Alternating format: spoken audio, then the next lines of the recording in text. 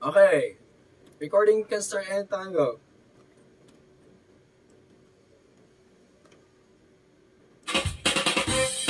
Hey, mga eskwelano ng bayan! Ako ang inyong DJ, Skenzy K, ang iska Z K, dahil ako ang iskang Z na Z sa talakayan at siguradong kailangan niyo ako. At ngayong hapon, kasama niyo ako sa isang makulay na pagdadaldal, no, na pumapaloob sa mga social issues. Alam niyo ba na napakalawak ng mundo ng sining dito sa ating Universidad, University of the Philippines, at nabalitaan ko nga na merong isang political organization dito na tinatawag na Karatula. Ito ay ang Kabataang Artista para sa Tunay na Kalayaan, at ginagamit nila ang sining bilang as a medium of progressive expression of social change, at itinataas talaga nila, sinusuportahan nila, they're standing up para sa mga marginalized at sa mga oppressed groups. Ayun, at ano ba? Parang gusto kong kumanta ngayon.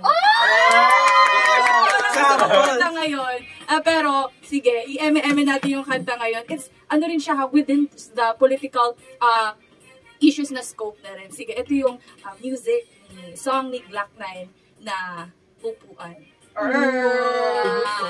Okay. Kayo po na nakaupo, subukan nyo namang tumayo, at baka matanaw ninyo ang tunay na kalagayan ko. Tao po, nandyan po ba kayo sa loob ng malaking bahay at malawak na bakuran, mataas na pader, pinapaligiran, at nakapilang mga mamahaling sasakyan, mga bantay na laging bulong ng bulong, wala namang kasal pero marami ang nakabarong. O diba? Nag-rap pa rin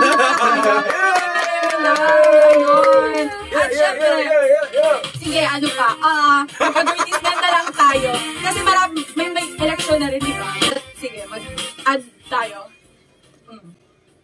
Tay, si Tito Bobong ba, binoto mo? Naku anak, hindi ba? Tito mo yun? Hindi. Bakit mo naman natanong? Kasi po, sabi nila, kapag mali daw ang boto mo, panghabang buhay mong aabangan yung resibo. Kaya anak? Kaya aral tayo bago magboto para di tayo magkamali ng resibo. Sa boto, isip-isip muna. Huwag basta magtiwala para walang resibong pagsisisi. At ako po muli si Skenzy K, ang iskang Z na Z sa kwentuhan, at siguradong kailangan mo.